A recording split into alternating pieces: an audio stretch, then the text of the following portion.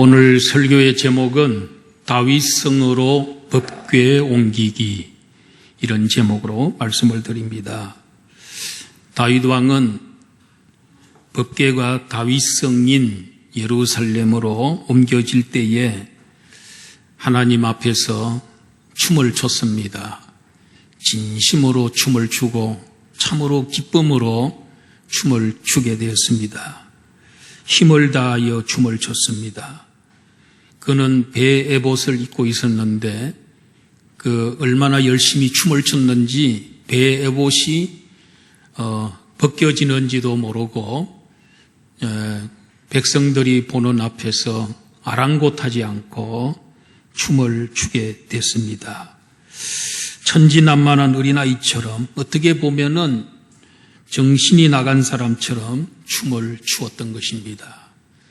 옛날에 서편제라고 하는 영화가 있었는데 거기에 그 영화의 목적이 뭐냐면 판소리가 이제 나오는데 판소리를 한다고 해서 다 판소리가 아니다. 판소리를 하는 사람의 혼이 판소리에 들어가야 그게 진정한 판소리다 하는 이제 그런 목적으로 그걸 위해서 영화가 만들어진 것입니다. 마찬가지로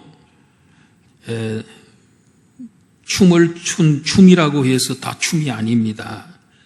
그 춤 속에 사랑과 정성과 또 즐거움이 그 속에 녹여날 때 그게 진정한 춤이 될 수 있는데 다윗이 바로 그와 같은 춤을 췄던 것을 볼 수가 있습니다. 그런데 미갈이라고 하는 그의 아내는 다윗이 춤을 추는 걸 보고 많이 무시했습니다. 그리고 나중에는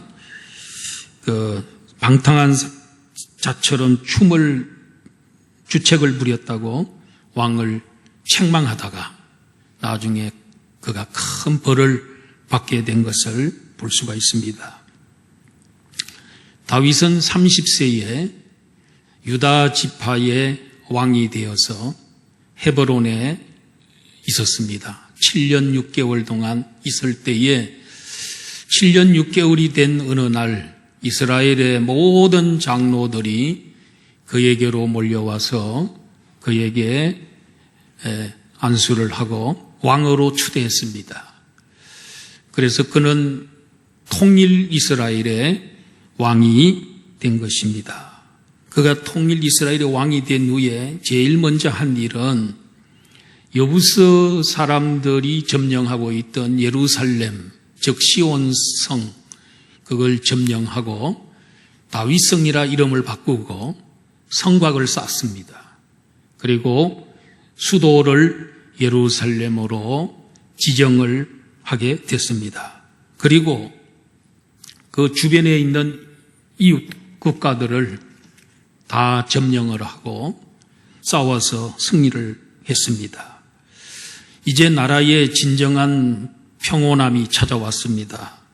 그러자 다윗은 바알레 유다의 아비나답이라는 사람의 집에 오랜 세월 동안 수십 년 동안 방치해 두었던 법궤를 수도 예루살렘 성막으로 가져와야 되겠다. 그렇게 결심을 하게 됩니다. 다윗은 통일 왕국의 진정한 왕은 자신이 아니고 하나님이시다. 그래서 하나님은 바로 이 법궤의 하나님이 함께 하시기 때문에 하나님의 임재를 상징하는 법궤, 이 법궤를 예루살렘으로 모셔와야 되겠다. 그래서 그것을 함으로써 하나님을 진정한 왕으로 모시려고 했던 것입니다. 오늘 우리는 이 다윗이 법궤를 예루살렘으로 옮기는 이 사건을 통해서 다윗의 신앙을 우리는 엿볼 수 있습니다. 그래, 첫 번째로 다윗의 신앙은 하나님 제일주의 신앙입니다. 1절에서 5절에 있는 내용인 것입니다.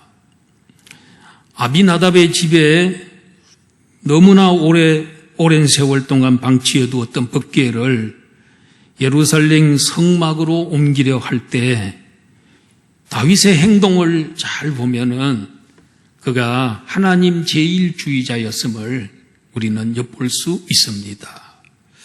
자, 법궤를 옮기기 위해서 다윗은 군사, 그것도 특별군사 3만 명을 그는 모집을 합니다.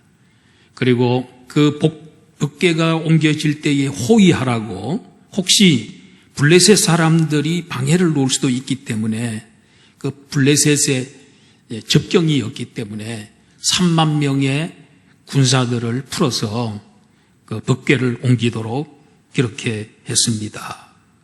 미국의 대통령이 어디에 한번 뜬다고 하면은 수천 명의 경호원들이 뜬다고 합니다. 그만큼 그 미국의 대통령은 귀중한 분이고 무게가 있기 때문에 그런 것 같습니다.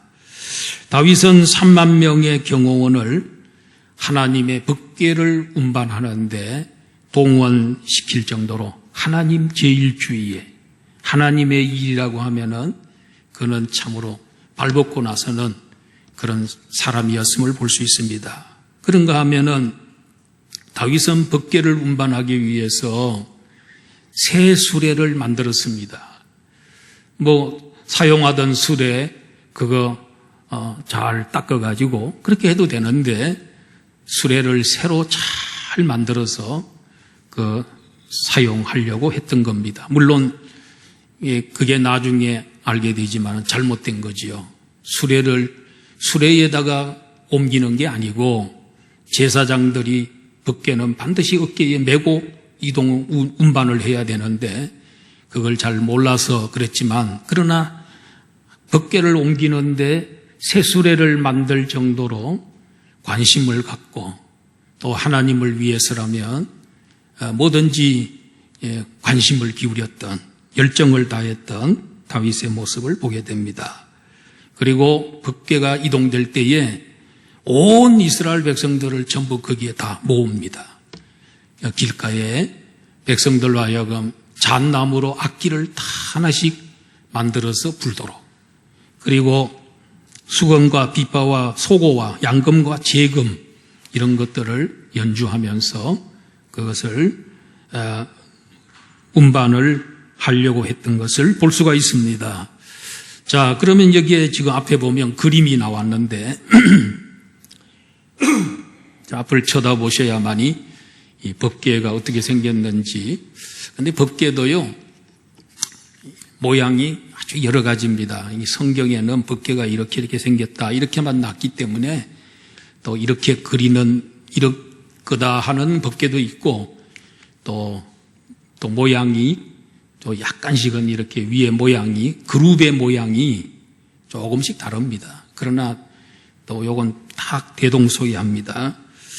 법궤를 성경에서 정극궤, 언약궤, 하나님의 궤, 권능의 궤, 거룩한 궤 이렇게 불리게 됩니다. 이것은 오늘 새벽 기도 때 법궤에 대한 말씀이 출애굽기 25장에 있었어요. 마침 그게 보니까 조각목으로 만들었다. 이 조각목은 옛날 그 말로는 시띠나무, 아카시아 종류입니다. 그 계통의 나무입니다. 그걸로 직육면체지요. 그래서 옆에 그 긴 면은 한 113cm 정도 되고 또 두 높이와 넓이 이것은 68cm 정도 되는 직육면체 상자입니다. 안팎을 금으로 도금을 했습니다. 그리고 속은 아카시아 나무지요. 그리고 겉은 금으로 되어 있고요. 저 위에 부분, 저 그림의 그 위에 부분을 속죄소라고 합니다. 거기에는 이제 두 천사가 서로 이렇게 마주보고 있는데 그 두 천사는 전부 금으로 만들었습니다. 그거는 도금이 아니고 완전한 금입니다. 그 위에 법궤의 뚜껑을 속죄소라고 합니다. 백성들이 1년에 한 번씩 대제사장이 지성소에 들어와서 그 황소의 피를 저 위에 뚜껑이 이렇게 대야처럼 이렇게 되어 있습니다. 거기에다가 피를 뿌립니다. 그러면 하나님이 위에서 이렇게 내려다보면 이 피만 보이고, 대신 죽은 짐승의 피만 보이고, 그 통 속에 들어있는 법계, 율법 두 돌파는 보이지 않는 거죠. 만약에 피는 안 보이고 두 돌파만 보였다면은 살아날 자가 아무도 없고 하나님 만날 수 있는 자가 아무도 없지요. 그러나 하나님 우리를 구속하실 때에 우리 예수님의 피를 보고 예수님의 피를 보고 우리를 지난 율법으로 범죄한 모든 것 다 용서해 주시고 그렇게 한 거죠. 그래서 저 뚜껑을 속죄소, 죄를 속하는 장소, 또 다른 말로 하면 시언소, 은혜를 베푸는 곳. 하나님은 저 속죄소 거기에 늘 임재하셔서 말씀도 해주시고 죄도 용서해 주시고 그렇게 하나님 임재를 상징하는 교회가 바로 법궤다. 그렇게 볼 수가 있죠. 그리고 이것은 지금 밑에 보면 채가 두 개로 되어 있죠. 저건 반드시 제사장 네 사람이 그 어깨에다가 매요. 그것도 고핫 자손 제사장들이 반드시 어깨에 메고 운반을 하도록 그렇게 되어 있는 겁니다. 그런데 다윗은 너무 잘하려고 하다가 수레를 새로 만들어서 수레에다가 싣고 옮겨도 좋을 것 같아가지고 자기 생각에 그래서 수레를 만들었던 것을 볼 수가 있어요.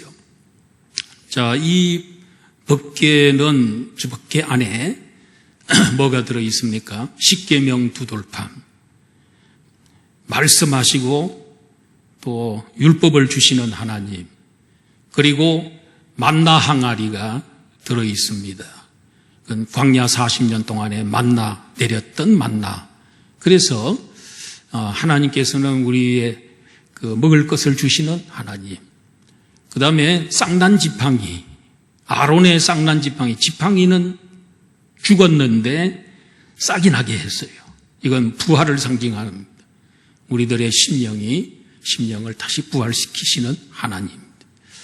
자, 그리고 이렇게 이 법궤는 또 예수 그리스도를 상징하기도 하지요. 또 말씀이신 하나님 예수님, 그리고 또 영생의 만나를 주시는 예수님, 만나이신 예수님, 그리고 부활의 예수님, 이렇게 상징하는 그런 다양한 그런 것을 상징하는 그런 성물이라고도 볼 수가 있습니다.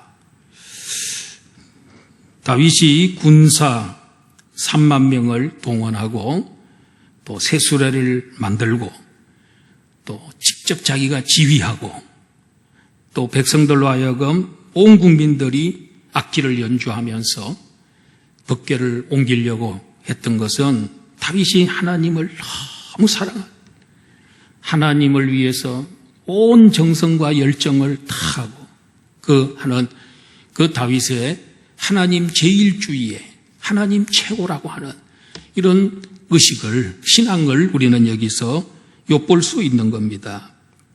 다윗은 상자 하나를 옮긴다고 생각하지 않았습니다. 그 상자는 하나님의 복된 말씀이 들어있는 상자고 하나님이 임재하셔서 백성들의 죄를 용서해 주시고 만나 주시는 임마누엘의 성물이라고 생각을 했던 것입니다. 그래서 그 성물을 옮길 때 최고의 정성을 들인 것입니다. 그 정성은 하나님을 사랑하기 때문에 기인된 것이죠. 다윗은 세상 사람들이 볼 때에 너무 허비하고 지나치다 할 정도로 정성을 들였습니다. 상자 하나를 옮기는데 뭐 그렇게까지 물자와 인력을 동원할 필요가 뭐 있는가? 이렇게 의문을 가질 수도 있습니다. 그러나 다윗의 정성을 우리 하나님의 입장에서 평가해 본다면은 다윗의 이 모든 정성은 결코 지나친 게 아니고 오히려 부족하다고 할 수밖에 없는 것입니다. 왜냐하면 이 세상의 모든 피조물, 하나님 외에 모든 피조물, 그 모든 것들은 전부 하나님이 만드신 것이고 창조한 겁니다. 하나님만 스스로 계시는 분이고 그 외의 모든 것들은 영계에 있거나 이 물질계에 있거나 다 하나님의 피조물인 줄 믿습니다. 그리고 하나님의 영광을 위해서 만들어진 겁니다. 하나님을 찬양하게 하기 위해서 만들어진 겁니다. 그리고 그 소유권이 만드신 분에게 있기 때문에 하나님이 소유권자입니다. 이 하나님을 위해서 하나님의 것인데 이 세상의 모든 게 하나님의 것인데 우리가 가지고 있는 모든 것이 하나님의 것인데 그것의 일부를 하나님 앞에 드린다고 해서 우리가 지나치다고 말할 수 있겠습니까? 자, 로마서 11장 36절 한번 보십시다. 다 같이 한번 읽어보겠습니다. 시작. 이는 만물이 주에게서 나오고 주로 말미암고 주에게로 돌아갑니다. 그에게 영광이 세세에 있을지어다. 아멘. 이 세상의 천하 만물 모든 것들은 주에게서 나왔단 말이에요. 하나님이 창조하셔서 나온 것이라는 거예요. 그리고 그 창조물은 그것이 이 세상에 존재하는 동안에 하나님의 도와주심과 하나님이 보호하심 속에 그것이 존재하다가 때가 되면 하나님께서 그것이 다 하나님께로 돌아간다는 말은 하나님이 다 없애버리십니다. 창조도 그리고 마무리도 누가 합니까? 하나님은 알파와 오메가가 되시는 하나님, 처음이요 나중이 되시는 하나님이시다. 욥은 뭐라고 고백했습니까? 우리가 적신이 나와 싸운즉 적신으로 왔다가 적신으로 돌아간다.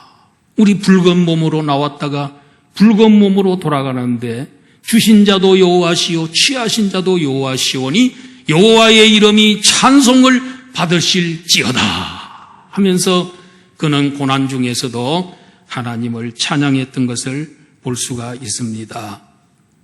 하나님 제일주의의 반대는 하나님 무관심주의입니다. 법궤에 대하여 모든 사람들이 무관심할 때에 다윗은 법궤를 옮겨야 되겠다. 저 방치되어 있는 법궤를 다시 성막에 가지고 와야 되겠다. 이런 생각을 했던 이 사람, 모든 사람 무관심하고 있어요. 그건 바로 하나님에 대해서 무관심했습니다. 그러나 다윗은 하나님을 사랑하였기에 온갖 정성과 사랑을 희생을 아낌없이 쏟았던 것을 볼 수가 있습니다. 마리아가 예수님이 자기 집에 찾아왔을 때에 예수님이 이제 며칠이 있으면 십자가에서 이제 달려 돌아가시게 됩니다. 마리아는 그걸 알고 마지막으로 예수님을 위로해 줘야 되겠다 해서 300데나리온이나 되는 그 값으로 치면 그 향유를 깨뜨려서 예수님의 발에 부어드렸습니다. 그리고 자기의 머리카락을 풀어서 예수님의 발을 정성껏 닦아드렸습니다. 옆에서 이걸 지켜보고 있던 가룟 유다가 그 향유를 팔면 300데나리온은 받을 수 있는데 그것을 왜 흡입하느냐? 가난한 자들에게 주면 얼마나 좋겠느냐? 그럴 때 예수님 뭐라 했습니까? 가만두라. 저 여인은, 저 마리아는 나의 장례를 준비한 거다. 나의 장례를 치러준 것이다. 그러면서 그를 복음이 전파되는 곳에는 이 마리아가 이 한 일을 어디든지 기념해라. 다 전파해라. 주님이 이렇게 말씀하셨던 것을 볼 수가 있습니다. 마리아는 예수님께서 십자가에서 죽으실 날이 가까운 줄 알고 주님을 위로해드리기 위해서 향유를 부어드렸습니다. 여러분, 하늘 영광 보좌를 버리고 이 땅에 오셔서 제물이 하나님의 어린 양이 되셔서 죽어주심으로써 온 인류를 바로 우리들을 그리고 나를 건져주시고 영생으로 인도하신 그분을 위해서 300데나리온 드린다고 해서 그게 뭐 지나치고 그게 뭐 낭비입니까? 가룟 유다와 같은 그런 생각을 해서는 안 될 겁니다. 예수님이 300데나리온 밖에 안 됩니까? 그 정도 선물을 받으셨는데 그걸 낭비라고 말할 수는 없는 것입니다. 하나님을 사랑하는 마음이 전혀 없는 사람은 교회에서 하는 모든 일들이 다 낭비처럼 보이고 성도들이 하는 일이 다 어리석은 보이는 것입니다. 주일날에 새벽부터 교회에 올라가고 지금 코로나 바이러스 때문에 지금 그렇지 못하지만은 저녁이 돼서야 내려오고 하루 종일 예배드리고 하루 종일 봉사하고 그리고 또 그것만입니까? 갈 때에 또 11조 헌금을 위시해서 무슨 종목을 따라서 헌금을 얼마나 많이 드립니까? 그걸 세상 사람들이 그 액수를 안다면 아마 놀래 자빠질 겁니다. 그렇게 힘들게 벌어가지고 왜 거기다가 갖다 바치느냐 이렇게 말할 수 있겠지요. 그들은 하나님 제일주의자가 아닙니다. 그들은 황금 제일주의자입니다. 그리고 물질 제일주의자일지도 모르겠습니다. 그런데 우리는 구원받았기 때문에 우리가 받은 이 구원이야말로 이 세상 천하를 주고도 바꿀 수 없는 귀한 구원이기 때문에 여러분 우리가 가지고 있는 거 다 하나님께 드려도 우리의 목숨까지 주를 위해서 드려도 아깝다 그렇게 생각하면 안 됩니다. 옛날에 죽으면 죽으리라는 책의 주인공인 안이숙 여사님은 그렇게 순교하고 싶어서 일제시대 때 그렇게 순교하고 싶어서 그 감옥에도 가고 그렇게 했습니다. 자기는 좀 제발 순교가 최고의 축복인데 순교를 결국은 못했어요. 그래서 그의 책에 나는 순교의 실패자다. 순교하기를 원했는데 나를 왜 순교하게 안 하게 해준 하나님, 내가 순교하기를 원하는데 내 생명 하나님께 바치고 싶은데 그러면서 그 죽으면 죽으리라는 그런 책을 썼던 것을 볼 수가 있습니다. 사랑하는 성도 여러분, 하나님께 바치는 것이 아깝습니까? 이 예배를 위해서 보내는 시간이 아깝습니까? 주님을 위해 봉사하는 일을 낭비라고 생각하십니까? 헌금하는 것이 아깝습니까? 혹시 그런 마음이 조금이라도 있다면 우리 하나님 제일주의자가 아닙니다. 하나님을 진정으로 사랑하는 게 아닙니다. 오늘 우리는 다윗과 같은 정말 하나님 제일주의자가 되도록 그렇게 하나님께 기도하고 우리 하나님 그렇게 나를 우리에게 큰 믿음을 주시옵소서. 그럴 때 하나님은 그 사람을 제대로 쓰실 것이고 또 큰 일을 할 수 있도록 축복해 주실 줄로 믿습니다. 다윗은 이렇게 하나님 제일주의 신앙을 갖고 살았습니다. 두 번째로는 다윗의 신앙은 말씀 중심주의 신앙인 것입니다. 자, 법궤를 옮겨가는데 아비나답의 집에서 이제 수레에다가 싣고 이제 법궤를 옮기는 겁니다. 그런데 아비나답의 두 아들이 있었는데 한 사람은 웃사, 한 사람은 아효. 웃사라는 아들은 수레 뒤에서 이렇게 수레를 몰고 있었고 아효는 앞에서 몰고 있었습니다. 그런데 이 수레가 이제 나곤이라고 하는 사람의 타작마당에 딱 도착을 했을 때에 소들이 막 벌쩍벌쩍 뛰기 갑자기. 그러니까 수레에서 법궤가 떨어질 수밖에 없죠. 그 법궤가 떨어지려고 할 때에 이 웃사가 자기도 모르는 순간에 법궤를 딱 손으로 잡았습니다. 그런데 그 잡는 순간에 그가 그 자리에서 즉사했습니다. 하나님은 일찍이 모세에게 법궤를 뚜껑을 열고 들여다보거나 손으로 만지는 사람이 있으면 그 사람은 죽는다 하고 이미 해놨습니다. 반드시 법궤는 제사장들이 매야 되고 제사장들이 어깨에다가 메고 운반하도록 되어 있는데 이 수레를 몰고 가는 바람에 잘못 선택한 거죠. 그래 결국은 수레가 뛰는 바람에 소가 뛰는 바람에 법궤를 손으로 잡게 됐습니다. 하나님의 임재를 상징하는 성물을 함부로 취급해서는 안 된다는 교훈을 얻게 되는 것입니다. 하나님은 거룩하신 분이기 때문에 죄인이 하나님께 함부로 가까이 나갈 수 없습니다. 가까이 나가려면 절차를 밟아야 됩니다. 구약시대에는 대제사장이 그 황소의 피를 받아서 1년 동안 지은 죄를 속하기 위해서 아까 말한 속죄소에 그 법궤 뚜껑이 있는 그곳에 가서 피를 뿌림으로써 용서받았어요. 신약시대에는 어떻게 죄 용서받습니까? 예수 그리스도가 십자가에서 죽어주시고 3일 만에 부활하신 그 예수님을 믿음으로써 그 예수님이 하신 공로가 내 공로가 돼서 나의 죄는 다 사해지고 의인이 되고 하나님의 아들, 딸이 돼서 우리는 하나님께 가까이 갈 수 있고 하나님께 우리는 평생 교제하고 영원토록 교제할 수 있는 가족이 되는 겁니다. 하나님께로 가까이 가는 데는 절차가 필요한데 그냥 손으로 잡아버린 겁니다. 그래서 그는 죽을 수밖에 없었던 것입니다. 다윗은 웃사가 죽는 것을 보고 하나님을 두려워하여 법궤 운반을 포기하게 됐습니다. 다윗은 법궤 운반하는 법을 모르고 열심만 좋았던 것입니다. 아무리 목적과 의도가 좋아도요, 방법과 수단이 잘못되면 하나님이 받지 않습니다. 법궤에는 채가 2개 있기 때문에 제사장들이 어깨로 매야 되는 것입니다.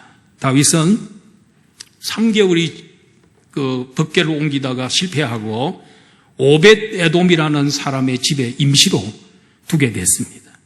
그런데 소식이 들려왔는데 법궤를 두고 간 그 오벳 에돔의 집이 큰 복을 받았다. 하나님께서 엄청난 복을 줬다는 소식이 들려와요. 그래서 다윗이 그래, 그때는 실패했지만 이제는 제대로 한번 해보자 해서 하나님 말씀을 펼쳐놓고 제사장들에게 조언을 받아보니까 제사장이 메고 가면 된다는 말을 듣고 이제는 제사장을 앞세운 거예요. 수레를 앞세운 게 아니고 제사장들을 앞세웠던 겁니다. 그래서 그 제사장들이 어깨를 메고 말해요. 나오니까 아무런 문제가 없는 거예요. 하나님이 하라는 대로 하나님 말씀대로 해야 되는 거지. 그냥 자기 생각대로 이렇게 인본주의로 하면 안 된다. 편리주의로 하면 안 된다. 물론 이 법궤를 수레가 매면 더 빨리 갈 수 있고 더 멀리 갈 수 있겠죠. 사람이 매는 것보다는 훨씬 편리하지요. 그 편리주의를 버리고 하나님 말씀대로 그대로 실천을 했더니 아무런 문제 없이 그냥 그 법궤를 예루살렘으로 옮길 수 있었던 겁니다. 자신을 좋게 하기 위해서 어떤 사람들은 자기가 성공하기 위해서 남을 험담하고 약점을 공개하는 경우도 있습니다. 이건 수단이 잘못된 것입니다. 부정거래로 이득을 얻는 것, 뇌물로 인하여 재판을 굳게 하는 것, 부정입학 등은 다 수단이 잘못된 겁니다.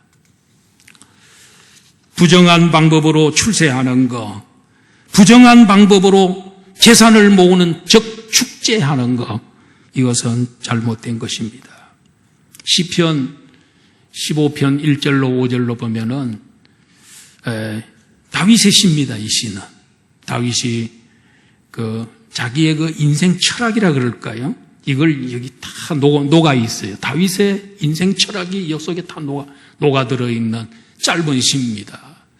여기에 보면 1절에 여호와여 주의 장막에 머무를 자 누구오며 주의 성산에 사는 자 누구오니까? 여기 주의 장막, 주의 성산, 오늘날로 말하면은 교회지요. 그리고 천국이지요. 천국 백성들은 어떻게 살아야 됩니까? 이렇게. 교회 다니는 사람들은 어떤 사람이 돼야 됩니까? 이 얘기를 하면서 2절에 나오죠. 정직하게 행하며 공의를 실천하며 그의 마음에 진실을 말하는 사람. 그런 사람이 여호와의 장막에 머무를 사람이고 또 성산에 하나님의 성산에 머무를 사람이다. 그의 혀로 남을 허물하지 아니하고 그의 이웃에게 악을 행하지 아니하며 그의 이웃을 비방하지 아니하며 그의 눈은 망령된 자를 멸시하고 여호와를 두려워하는 자를 존대하는 사람. 그의 마음에 서원한 것은 해로울지라도 변치 아니하고 이행하는 사람. 이자를 받으려고 돈을 구워주지 아니하며 뇌물을 받고 무죄한 자를 해하지 아니하는 자이니 이런 일을 행하는 자는 영원히 흔들리지 아니하리이다. 어디에서? 여호와의 장막에서 그리고 하나님의 성산에서 절대로 흔들리지 않는 사람이다. 오늘 우리 구원받은 성도들, 구원받은 우리 안양 북북교회 성도님들은 어떻게 살아야 됩니까? 이렇게 살아야 된다는. 정직하고 이웃을 사랑하고 그렇게 사는 사람. 말씀 중심으로 사는 사람. 그래서 다윗의 신앙은 하나님 말씀 중심주의 신앙이었음을 알 수가 있습니다. 마지막 세 번째로 다윗의 신앙은 하나님 면전 의식주의 신앙입니다. 이게 면전 의식주의, 면전은 얼굴이잖아요. 그죠? 하나님 얼굴 앞에서 살고 있다 하는 의식을 가지고 살아야 된다. 이걸 이제 라틴어로 말하면 코람 데오. 코람이라는 말은 앞에서 데오 하는 것은 하나님, 데오스가 하나님이거든요. 하나님 앞에서. 그래서 칼빈도 또 종교개혁자들이 코람 데오를 외쳤어요. 하나님 앞에서 살아야 된다. 사람 앞에서 산 게 아니고 하나님 앞에서 살았던 사람이 다윗입니다. 사람의 눈보다 하나님의 눈을 더 의식하며 살았습니다. 다윗은 법궤가 예루살렘으로 들어올 때에 너무 감사하고 기뻐서 앞에서 배에 에봇을 입고 막 덩실덩실 춤을 추는데 자기는 그 춤을 사람이 보라고 춘 게 아니다. 하나님 앞에서 췄다는 거예요. 나는 하나님이 너무 감사하고 하나님 은혜가 너무 고마워서 하나님 앞에 하나님 보세요 하면서 법궤 앞에서 하나님 앞에서 춤을 췄다는 것입니다. 그리고 그는 제사장들이 6걸음을 옮길 때마다 멈춰서서 소와 살찐 송아지로 제사를 드렸다니. 그러니 얼마나 많은 소와 살찐 송아지를 제물로 바쳤겠습니까? 얼마나 먼 거리인데 6발짝 뛰고는 또 제사 드리고 시간도 엄청 걸렸겠죠? 이 정도로 법궤가 예루살렘으로 옮겨주는 게 너무 감사하고 기뻐서 앞에서 막 춤을 추는데 그 배오 에봇이 조금 좀 벗겨져서 내려갔던가 봐요. 그래서 막 속살이 보일 정도로 했는데도 그 백성들 보든 말든 그건 아랑곳하지 않아요. 지금 백성들 앞에 춤추는 거 아니에요. 나는 하나님 앞에 춤추는 거다. 하나님께 감사해서 추는 거다. 여러분들은 요 근래에 춤을 춰본 적 있습니까, 여러분? 2021년도에 춤을 춰봤습니까? 하나님 앞에서 췄습니까? 뭐 때문에 춤을 췄습니까? 카바레는 안 갔지요. 어떻든 우리는 뭐 때문에 춤을 췄는가? 우리는 뭐 때문에 춤을 추고 하나님 앞에서 춤을 추는가? 한번 우리 자신들을 한번 돌아볼 수 있기를 바랍니다.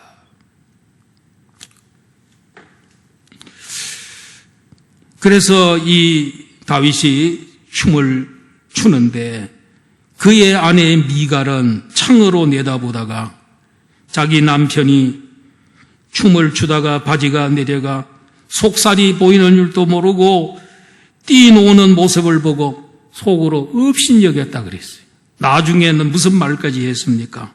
방탕한 자같이 행동하여 왕의 채통을 잃었도다 하면서 비난을 했습니다. 그때 다윗이 한 말이 뭡니까? 나는 여호와 앞에서 한 것이다. 나를 택하사 이스라엘의 주권자로 삼으셨으니 내가 여호와 앞에서 뛰노는 것이 당연하지 않겠는가? 내가 옛날에 베들레헴의 목동이었는데 저 목동이 통일 이스라엘 왕국의 목자로 삼으신 하나님, 가장 낮은 자리에서 가장 높은 자리로 올려주셨는데 내가 어떻게 하나님 앞에 춤을 추지 않겠냐? 내가 스스로를 보아도 천한 사람처럼 보이지만 주님을 찬양하는 일 때문이라면 이보다 더 낮아지고 싶소. 그래도 그대가 말한 그 여자들은 나를 더욱더 존경할 것이요.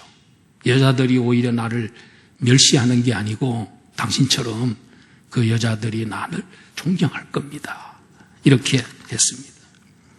여러분, 이 미갈이 이 남편에 대해서 무시하고 또 업신여기고 비난을 했는데 그 일 때문에 무슨 벌 받았습니까?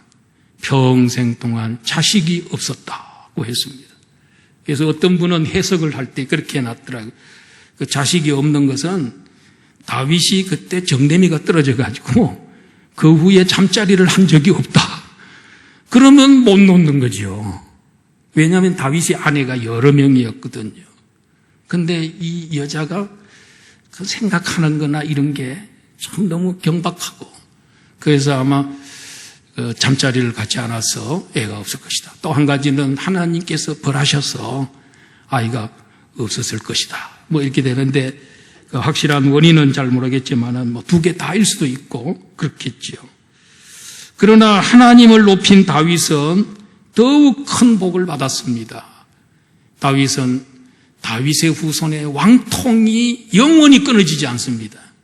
그래서 남쪽 유다 나라의 그 다윗의 그 왕통이 계속해서 20몇 명, 30명 가까이 되는 왕이 있었고 그 후에 끊어진 것처럼 보이지만은 예수 그리스도가 100,000년 후에 오셔가지고 그분이 만왕의 왕이 되고 영원한 왕이 되심으로 인해서 하나님께서 다윗에게 약속한 건 너의 후손의 왕통이 절대로 안 끊어지게 하겠다는 그 약속을 예수님이 성취합니다. 그래서 하나님의 언약이 그대로 다 성취되는 것을 보게 됩니다. 어떤 교회에 여자 서리 집사님이 있었는데 이 서리 집사님은 참 가난하게 살았습니다. 그런데 11조를 한 게 아니고 12조를 10의 2조를 바치게 됐습니다. 이것을 알게 된 교인들 중에 어떤 분은 참 수군거리였습니다. 그러나 그녀는 가난함에도 불구하고 하나님의 은혜가 너무 고마워서 견딜 수 없었습니다. 그래서 하나님 앞에 참 헌금도 많이 하고 10의 2조도 기쁜 마음으로 드렸습니다. 나중에 어떻게 됐을까요? 이 서리 집사님은 여전도사님이 됐습니다. 사역을 잘하게 되었고 하나님이 모든 것을 잘되게 해주셨습니다.